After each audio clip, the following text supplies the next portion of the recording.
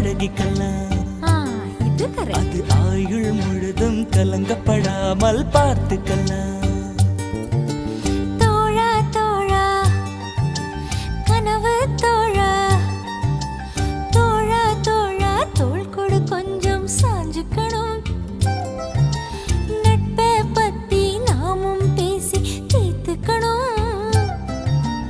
உன்னை நாம் புரிஞ்சுக்கணும், ஒன்னொன்னா தெரிஞ்சுக்கணும்.